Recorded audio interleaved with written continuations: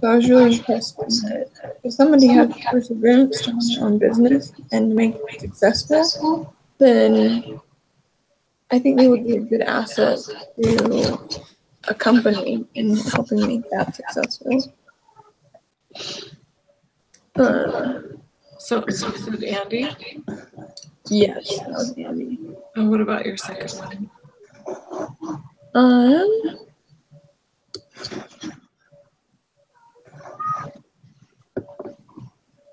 I think the first candidate was a good candidate. Because I think she showed like what she could do over the span of time. How she was working for a company, she went to business school, she's a go-getter, has that good attitude. I think that could help the company. Okay. So you picked Jesse, you picked Natalia, and who was your second choice? The entrepreneur. I can't remember. I think it's Andy. Okay, Andy yeah. Sanchez. Yes, Andy. Okay. Olivia, did you say what your second choice was? No, I was having a hard time deciding on a second choice. Yeah, me too. How about you, Shelby? Which two? My votes are for Andy and Natalia. And I was going back and forth between Andy and Ken Goldstein. But I for sure wanted Natalia too. Martin just didn't seem like he was committed. Like, yeah, he might have had the stuff, but he was just not and he may not even take the job. So, well, he didn't have a lot of business experience either, which right kind of would be hard anyway. You'd kind of be taking a risk with hiring him initially anyway. So if you have these other candidates, then it's kind of like I want to pick them over him. And I think kind of what we read was talking about hiring for specific jobs. And to me, it felt like they each had a strength. And so, like, Andy would be great in an entrepreneurial kind of job. Maybe Natalia would be a good managing kind of position. So I don't feel like they would each fit the same exact job. I don't know. That's true, because Andy would be really useful for creative, innovative ideas and new things, like bringing in new things. Yeah. But was there somewhere, maybe this is a dumb question, but what was the job description? I don't even remember reading about it. I think it was. I think it said. Well, are we recording this? Are we supposed to record this? Yeah, it's recorded. All right. Sorry, I just wanted to double check. Yeah, thanks for the reminder. I don't know. As I was reading through, the preface to it, the thing that caught my eye was building a culture through hiring. Mm-hmm. And that's kind of because each of these guys have different strengths, different weaknesses. They're all very, very good at what they do. I think what kind of swayed my decision was who has the type of experiences that can create the kind of culture that we want. Mm-hmm. And I think Natalia, this lady is fluent in the world. Like, Poland, German, French, Russian, this lady understands how different cultures work together. And that would be an amazing asset to have if you're trying to build a culture that you want to stick together. Sorry, go ahead. Another part of the culture, unfortunately, but it seemed that it was more of a not so family-friendly culture. Mm-hmm. And they kind of felt like they wanted to keep it that way. And that's where Ken, I was almost like, that's discrimination. Like, mm-hmm. I felt like they can't do that, if they're talking, what we just learned about last week. You can't discriminate. And it felt like we didn't talk about this, but marital status.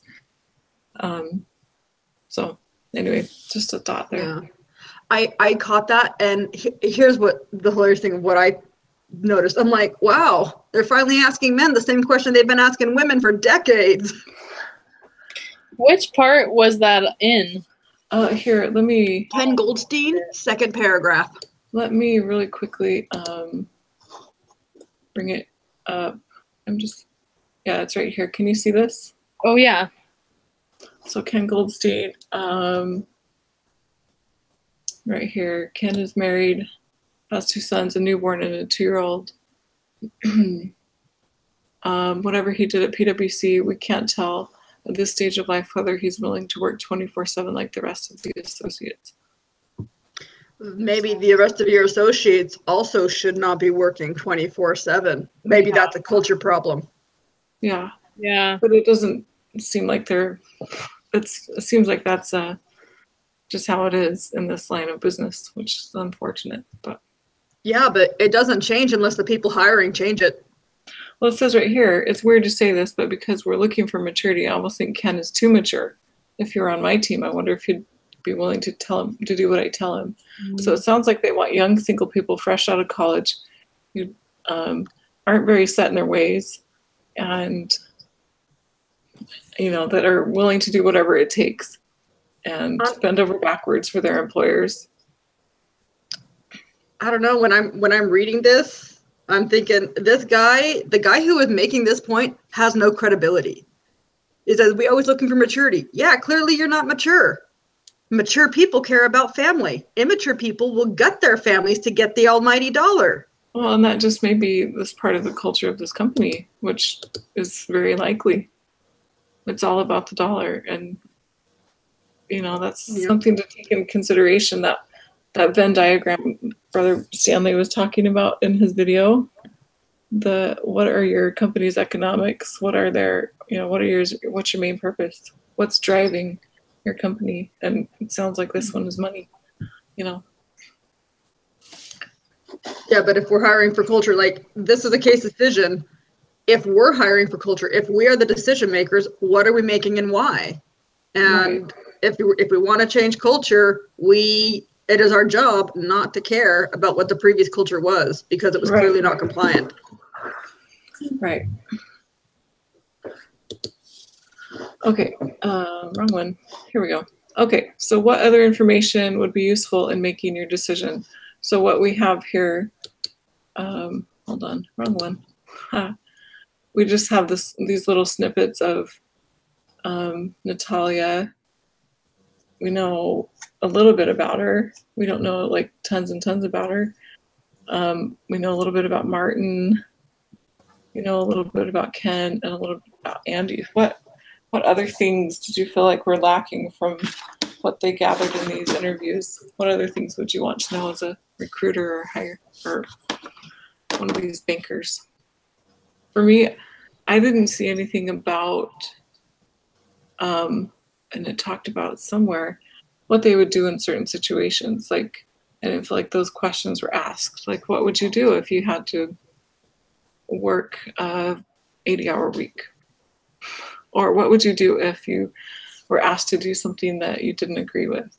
Or what would you do if you had a conflicting idea with a coworker?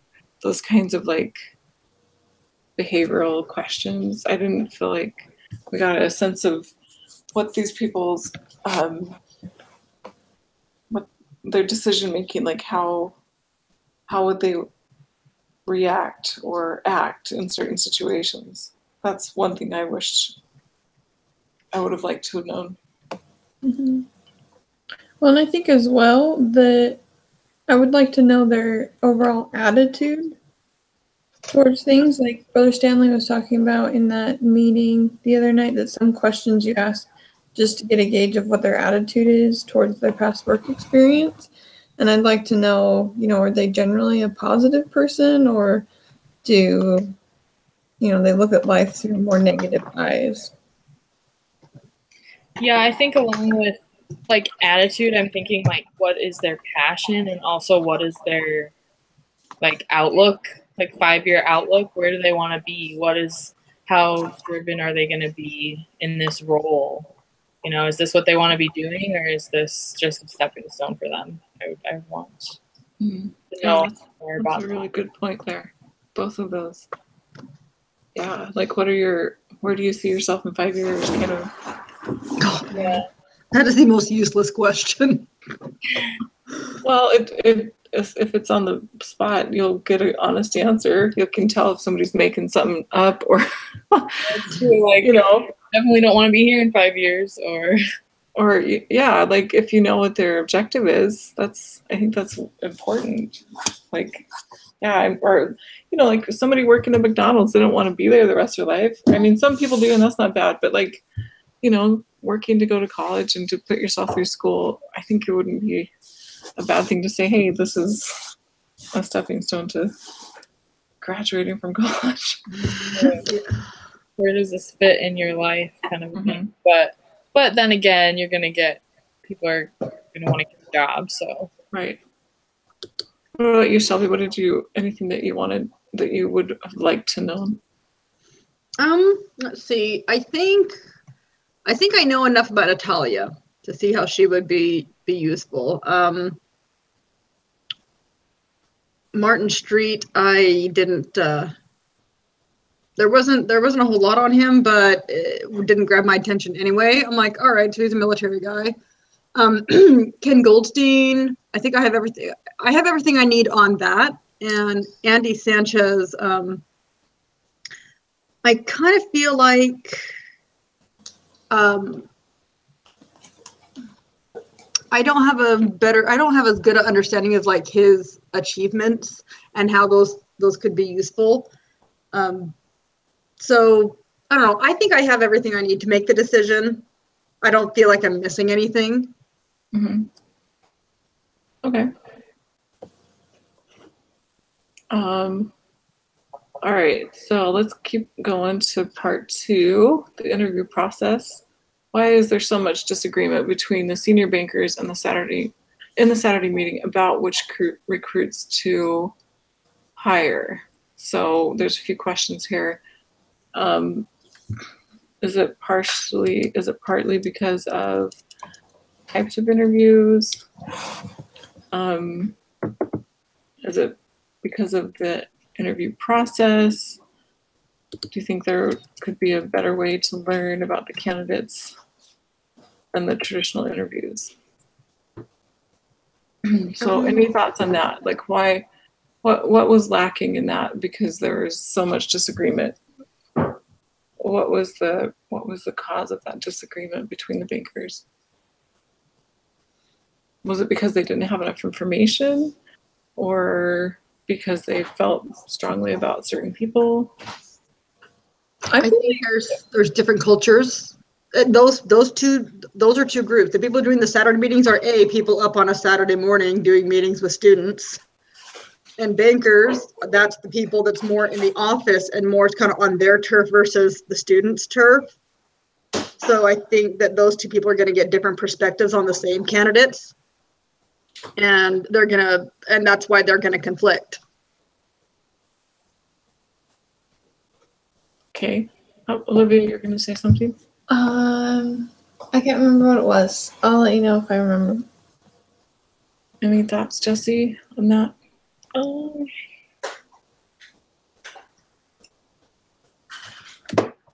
Really,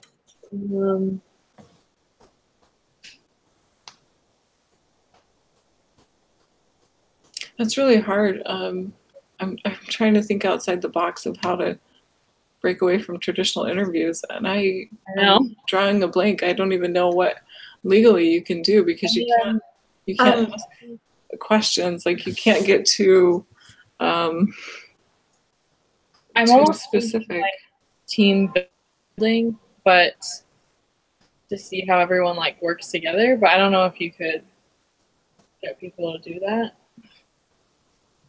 And I don't know if that would take time, and if that would be.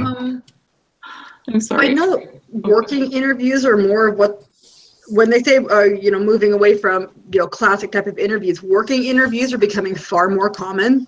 So working interviews? Mm-hmm.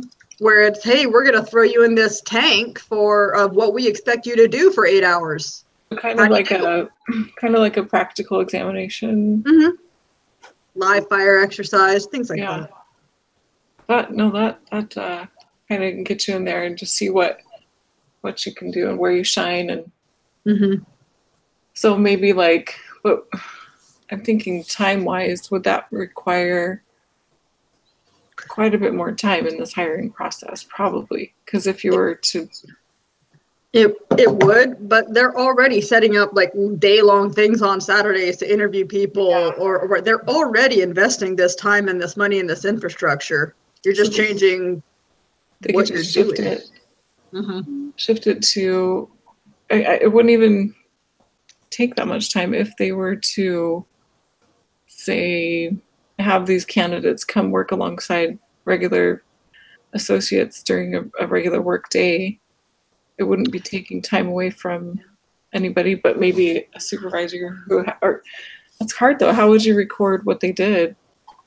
Would you? Because we have computers and they can record everything. No, I'm just saying, like, who would you hire a cameraman to follow this person around, or would you fit them with like a body cam, or like how would that work? You build a stable of desks where these people are going to be working. You have computers that are hooked up to whatever simulation infrastructure or test scenario you have, and everyone has their own log on, and you log their data and compare it and collate it and see who did what, where, and how. All of that is can be done, and frankly, on Wall Street is already being done. Yeah, it's done. So, but I like that. That's a really good solution, I feel like. And there's a byproduct of humility, because I'm like, hey, are you willing to submit to an 8-hour pressure cooker? Because these are guys who are saying, hey, we can't hire a guy because he won't work 24/7. Well, if that's one of the metrics, you should totally be capable of withstanding an 8-hour pressure cooker. If that's what you're claiming you can't hire people for, then let's cook. Yeah, that certainly could be a solution. How would they? That would be tricky. It weeds out the arrogant ones who aren't willing to be humble and, yeah, I'll do this for 8 hours. Well, and you would also be able to see who was willing to ask questions when they got stuck. Oh, right. Those who, or those who, just kept to themselves and tried to figure it out on their own. Right. To be able to see who the team players are. Mm-hmm. Okay, Jessica, who is that cat behind you? This is Arthur. Oh. He's 9. He's Cute. And he likes to lay on this couch. So sad ass. He's a giddy. Oh. sorry. Cute. All right. So let's keep going. What are the criteria for choosing candidates? And this is a dumb question I asked. Was this somewhere in the? Was this? Yeah, there's one spot that says hiring criteria. Hiring criteria. Was it down at the bottom? Down to 7. Oh, Yeah. there it is. Right here. Yep.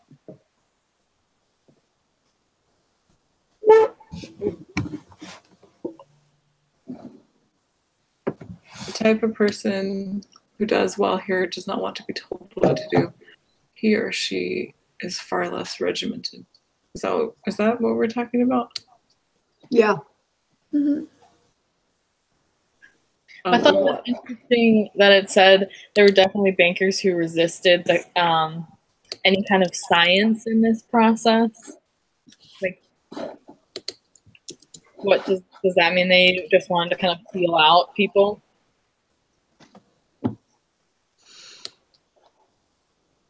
Oh, where was that? Right at the beginning of that paragraph. Oh, right there.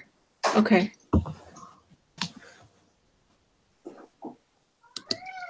Yeah, that's Like they didn't want to outline the criteria specifically. right. Odd. Well, and in some ways it makes sense because someone might look good on paper as far as like fitting the criteria, but when you're interacting with them, you might just absolutely know this is not a good fit. Right.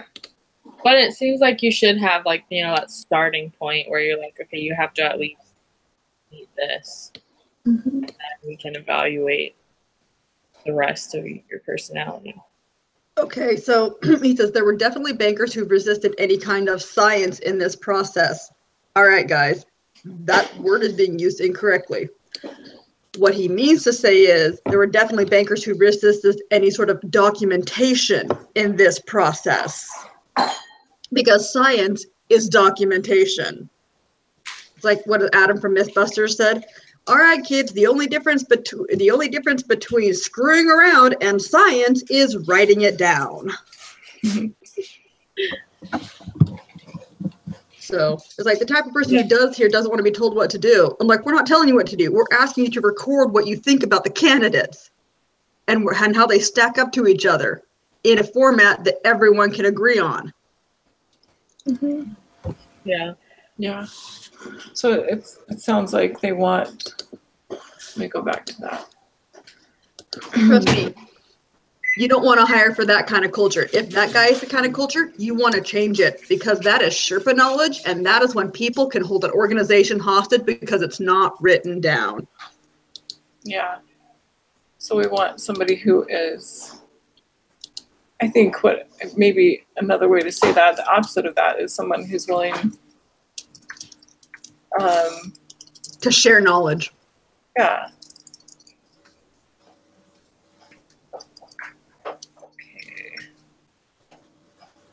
And then who is able and willing to, what's the other word? It was just right there. I forgot. So are we making criteria for them? No, I just pulled this out. This was basically just my own notes. I just was trying to highlight here what they did. And so it's this right here. For sparkle, they talked about sparkle, which I was like, that's kind of funny. What is sparkle? Yes. But it felt like this was the criteria. Yeah. So I was just worried that putting way too much emphasis on the personality traits. Because, you know, you can have someone that's a really great people person and communicator and is not actually good at their job. yeah. But like they are, So, all right. So how do senior bankers know what they're supposed to be looking for in a candidate? How could this process be improved?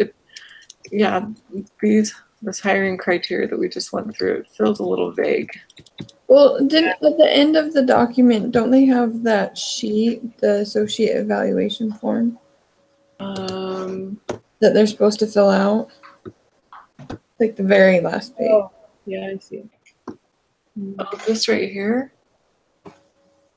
Oh, I wondered what that was there for. I'm like, oh, well, so this is something that, who fills this out? Okay, so obviously the bankers fill this out.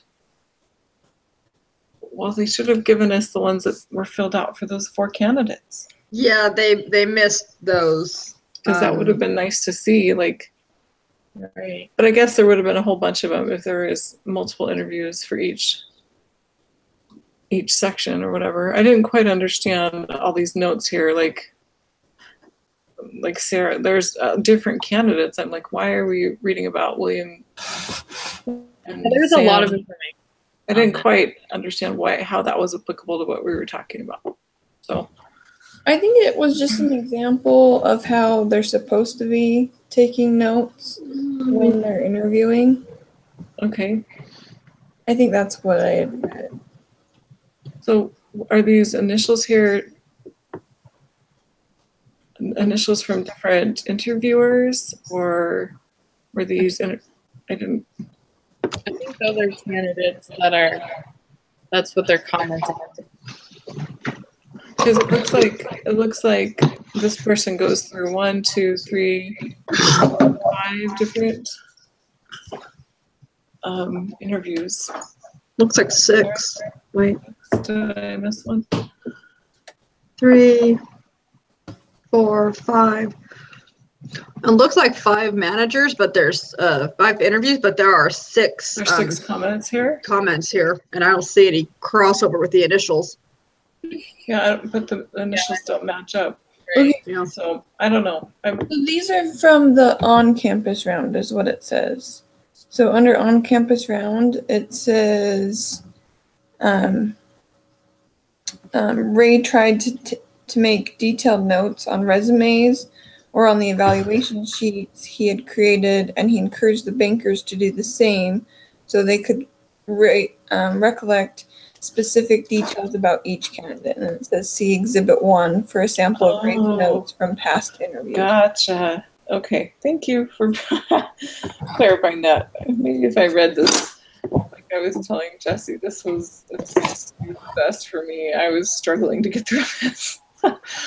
Oh, it was just not engaging for me. So thank you for clarifying that.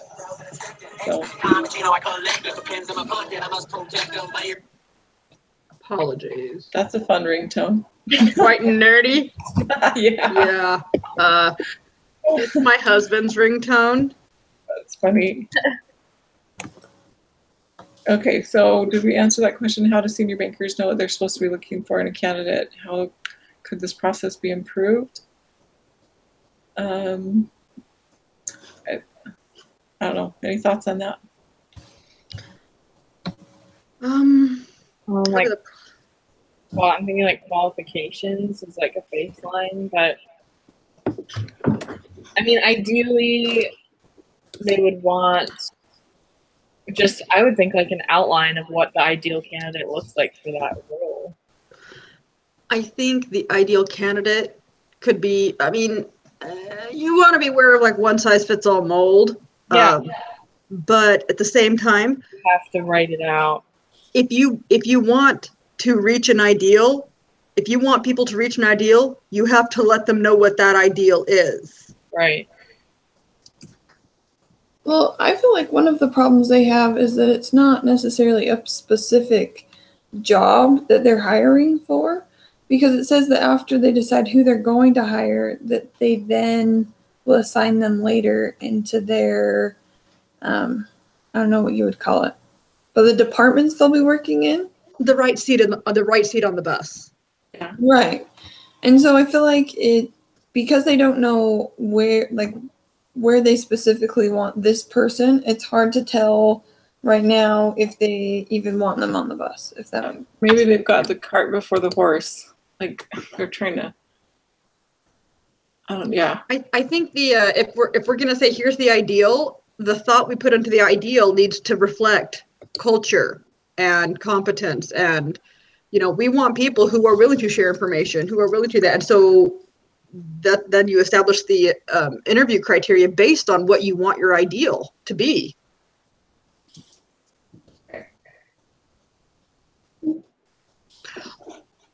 I actually wasn't going to say candidates. I was going to say bankers. You let the senior bankers know what the ideal is supposed to be, so that they will know what to look for. Oh, okay. Yeah. Gotcha. That makes sense. All right, let's keep moving. Part 3, school recruiting. Deciding which business schools are to recruit was controversial. Why was the choice of which school to recruit so important to S.G. Cohen?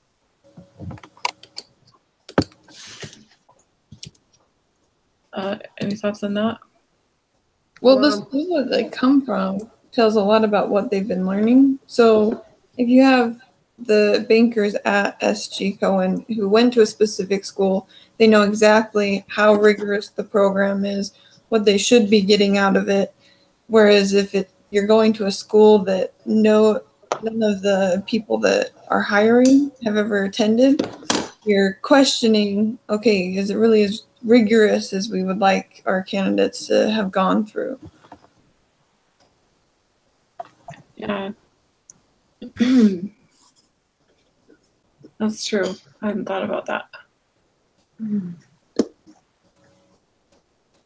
Yeah, I think they're looking for someone who's talented and determined. So I think the school shows their talent with how good they are at maintaining their grades, and then it also shows that they're determined and they can get through however long they went to school. You know, they can finish something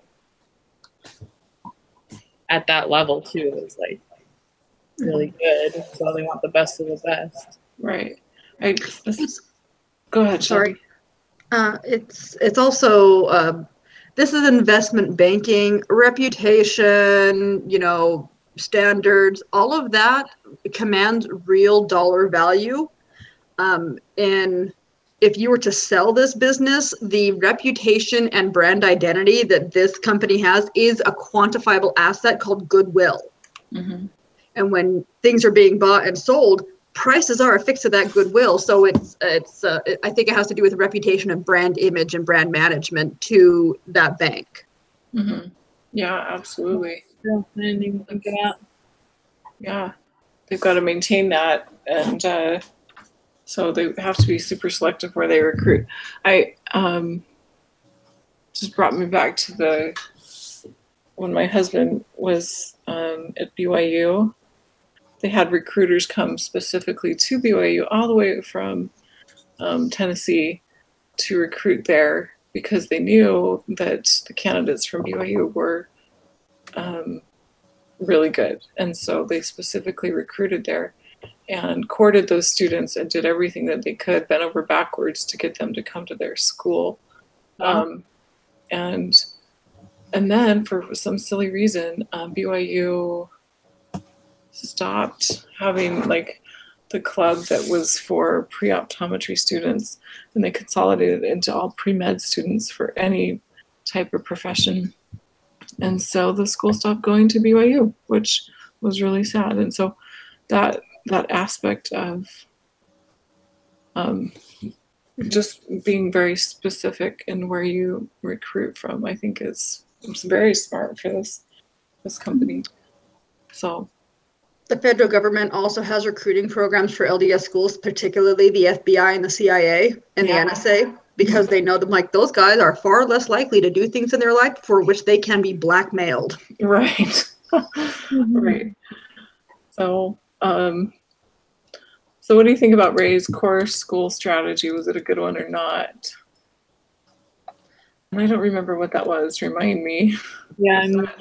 Well, basically, it was like, these are the ones we recruit from because we're elite and they're elite or whatever. And I don't know. I'm not sure it is, because they're judging they're picking the schools based on the eliteness and reputation. I'm like, how about we pick it based on what kind of students they turn out? Yeah, it felt like it was very, what's that word? You know, like myopic or exclusive. Yeah, and it like, yeah, exclusive is the word. Not very inclusive to anybody else unless you go to that school. Like, kind of, you know, certainly like barriers there. Like, oh, you're not from this school, so sorry, you don't have a chance. Which is sad because, like they said, that instead of picking from the top 10, that they were thinking about doing the top 15 schools. Which I'm like, yeah, you know, you're gonna get a better pool. You know, you're gonna throw your net a little farther and probably pick up some people who didn't go to those top schools, you know. You know, and here's the thing. Here's what I'm not understanding. Like, this is an investment banking company. These people track everything from sun up to sundown. All that market watch, all that stock market, all that stuff. All of it's tracked. So you're telling me that you can track all of that, but when it comes to who you're hiring, what makes your company profitable, you can't say, hey, here's the people we hired from Harvard. Here's their employee performance reviews for the past 5 years collated for data.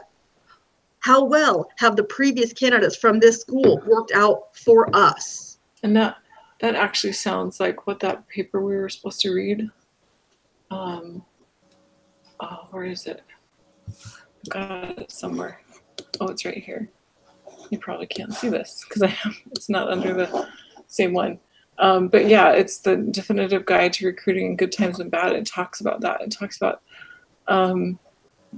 kind of having this ongoing process of hiring and knowing and specifying exactly what you want and who you have, and yeah, that was a really good part of that. So we should put that in our doohickey paper. What you just said, Shelby, because Okay. well, Okay, I'm gonna be honest. I haven't read that yet. I took yesterday off. I read nothing before I sat down. Sorry, teacher, if you watch this. hey, I had no it's clue okay. that's what they were talking about. I read it last week, so I barely remember it.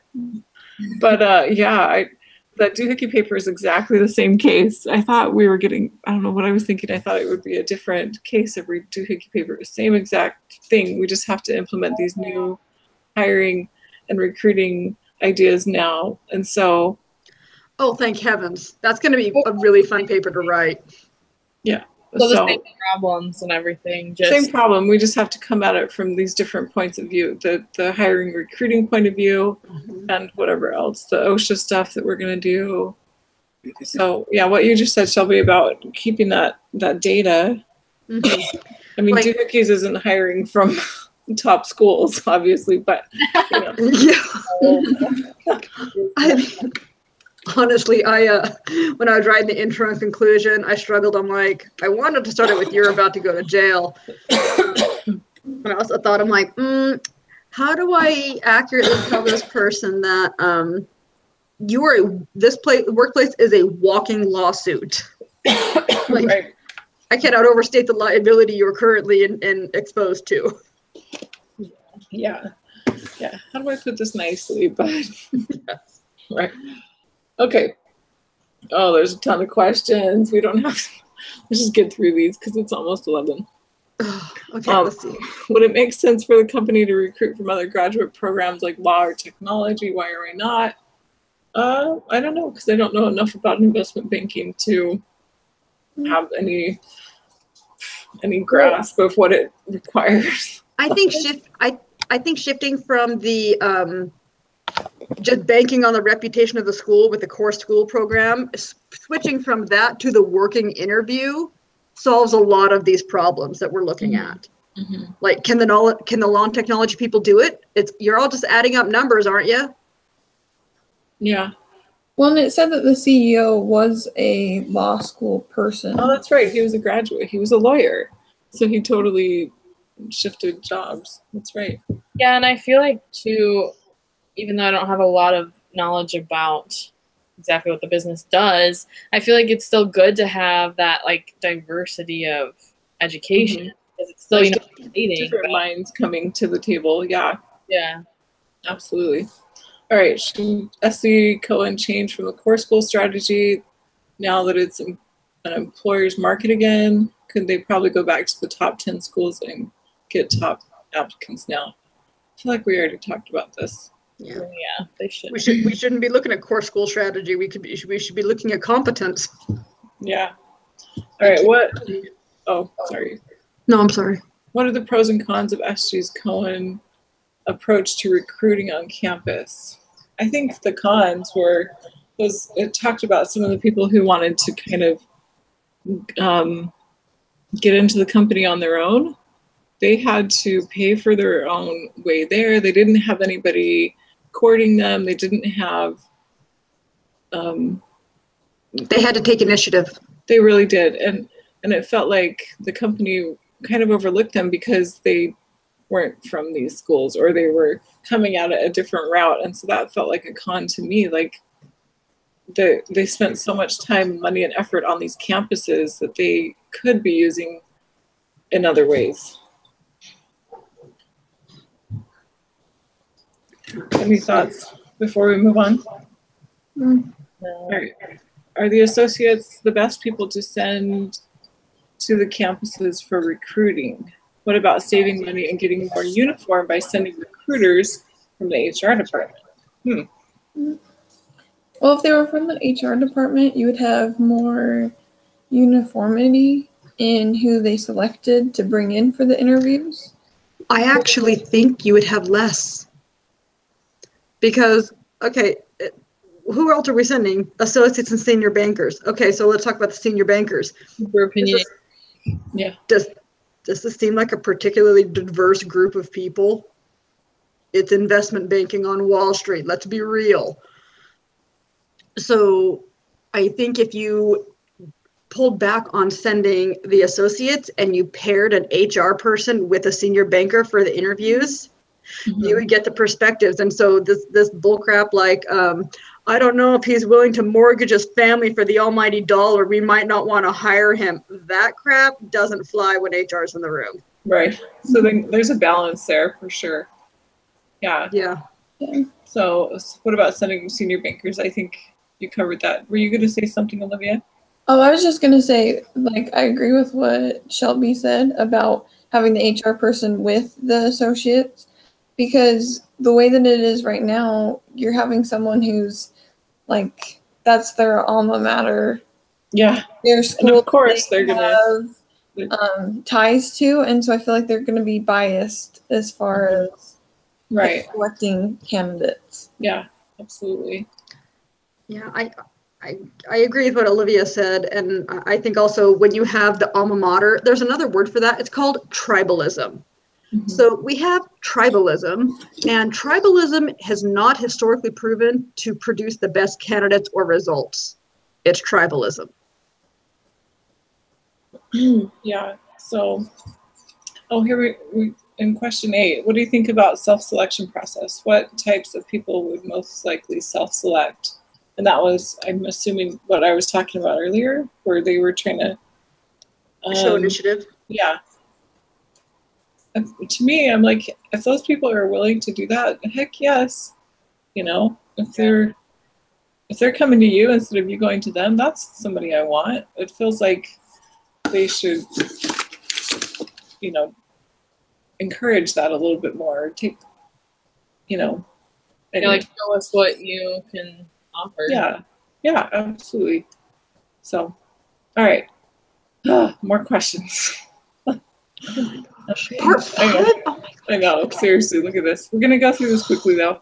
Okay. What are the objectives of Super Saturday? I felt like it was just a long day that nobody wanted to be there, but they had to hire people. It wasn't super efficient. Yeah, it just felt like long and drawn out for me. But the objectives, I felt like, were just hire somebody. Well, they did make the comment that when one of them were selecting people to send to the Super Saturday, they asked, would they be able to hold up under the pressure of Super Saturday? So it sounded like they kind of had it cooked up in a way that to see how resilient they were to that type of pressurized situation. Mm-hmm.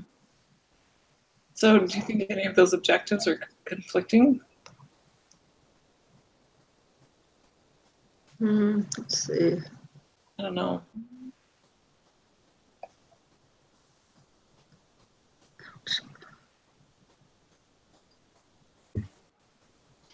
Yeah, I don't really have anything on that. I don't have an idea. How about the kind of information SG and what kind of information did they get from candidates during this process? I think what you said, Olivia, about seeing if they could withstand, that was something that maybe wasn't overt, but it was more implied, to see how they did in that kind of stressful interview process. Do you think there would be better ways to structure the on-campus interviewing and recruiting? I think if you want to do a Super Saturday, that's the 8-hour working interview. It's like, okay, so before we nuked the children's lives by taking away all of their screens over the weekend, it's been great. They were watching, the cooking shows, like where they've got 10, 12, 15 people, like they're all cooking in a kitchen to make something, and then it's judged on what you can make. Yeah. So you're on a campus, so you have large, big rooms that you could probably set up to do one working interview with a huge team of people, broken down into smaller groups, and then look at what they do. Absolutely. Yeah, that way you're not wasting your time or their time to get them to the company. It's just on campus. Yeah. On a Saturday. Yeah. On a Saturday, that's completely doable, people. Yeah. Yeah, I've seen it more of a group thing, maybe. Yeah. Group interview. So pros and cons for Super Saturday approach.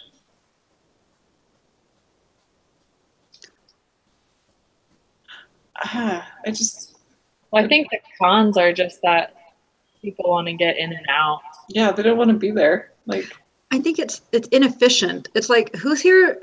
When you look for a house, after like looking at 5 houses, they all look the same. You're like, what house had what feature that I was looking for? I don't know, because it all runs together. I think the block of time for Super Saturday can be used well. It is currently not being used efficiently.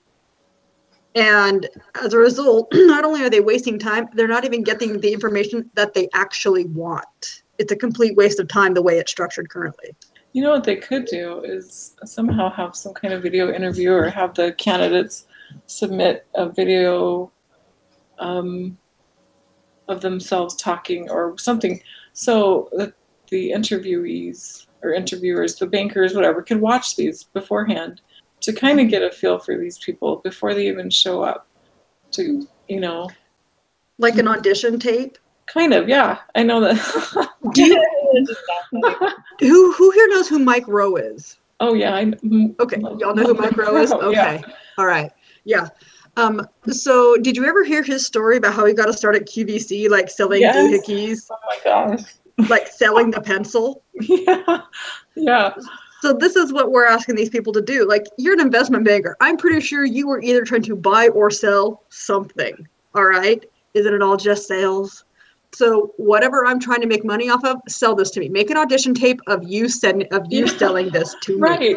And you totally get a feel for these people. And way before they even showed up, you get a feel for if you wanted them to even show up and get an idea of how their mannerisms, their attitudes, like you were saying, Olivia, their positive, negative personality types, the type A personalities, the type B personalities, Yeah.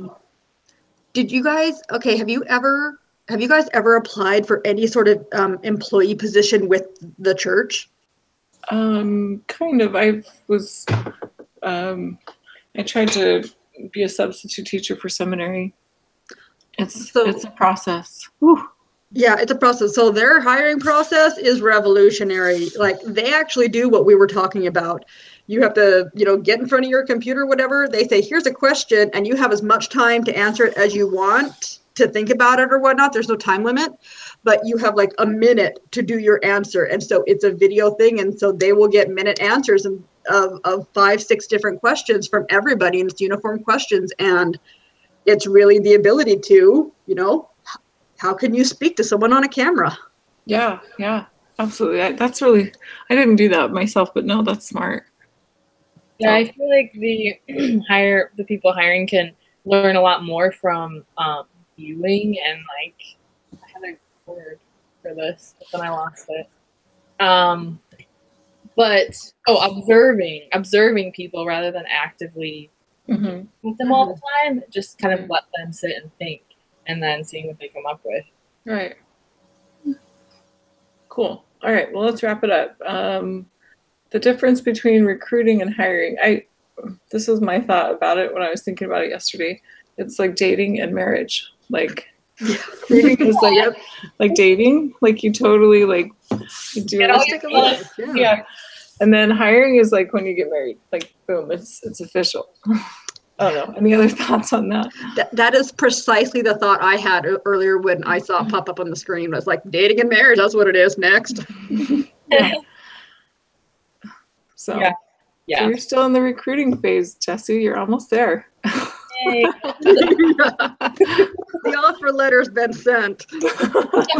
Hey, you're about to be hired. Yes. And let me tell you, honey, you run it like a business. You're the boss. You're the CEO because you got to manage it all. And I know this because if you don't manage it, it will knock at your door 5 million times a day until you die. All right? Those are the stakes you're playing for. I have way too many kids. Well, I'm getting sort of a management degree. Oh, that's cool. It revolutionized the way okay, you guys want to hear something cool? You crack me up, Shelby. So my sister is amazing, and we nuked our children's lives by depriving them of all screens, but we also have them using their phones to like plan meals and whatever. So we make this little meal planning form. Awesome. Where they get to write down when it's due, what they need, the quantity, and the unit of measurement, because I was missing that information at the store.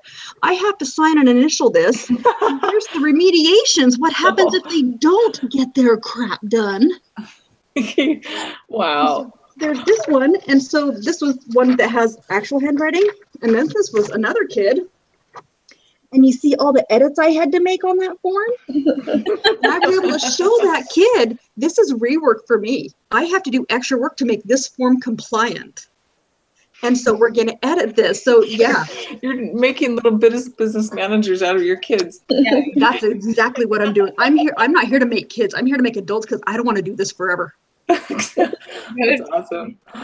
Okay, so what'd you learn about recruiting from this, and what'd you learn about hiring from what we did and what we talked about? I actually learned more from the bankers' perceptions. What I learned is that if you really want to hire for culture, you have to yank up your hiring managers by the short hairs. Because if their hires matter, and we're hiring for culture, you need to make sure that they are compliant in the kind of culture they are hiring. Awesome. Jesse or Olivia? I would say that about hiring is that they really like how important it is to be, I guess, on your best behavior when you're in that hiring situation as a person interviewing for a job, because your impressions that you give to those people are essential, and you only have a certain amount of time to impress them, I guess. Awesome, thanks. Jesse, any thoughts? I was just gonna say about recruiting. I guess I was kind of surprised at how, like, learning about companies, how much the time they have to put into recruiting. And it's like, whenever I apply for jobs, I feel like I'm always like trying to get jobs and they don't want me. But I mean, I'm not graduating from, Harvard, I guess, or with, I don't know, whatever. But I just didn't realize all the time that goes into even finding potential candidates. Not even I for sure want to hire you, but just gathering a bunch of people to then decide. Yeah. Absolutely. There's so much information. It's a little overwhelming, but I think that for me, what I learned was not being very specific and realizing that you have to do a lot of prep work before you can't just jump into this. You can't just jump into interviewing. You can't just say, well, we got to hire somebody, so let's do that.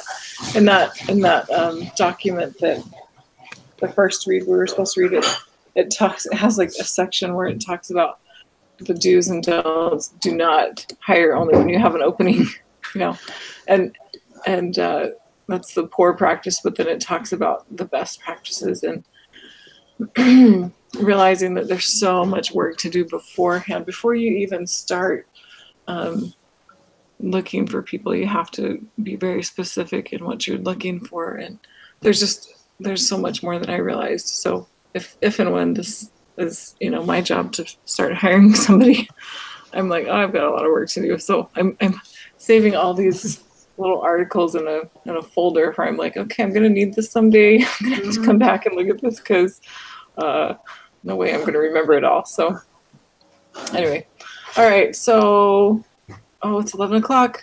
We can be done in a couple minutes. Bye, Felicia. All right. Overall quality of today's discussion, 1 to 10.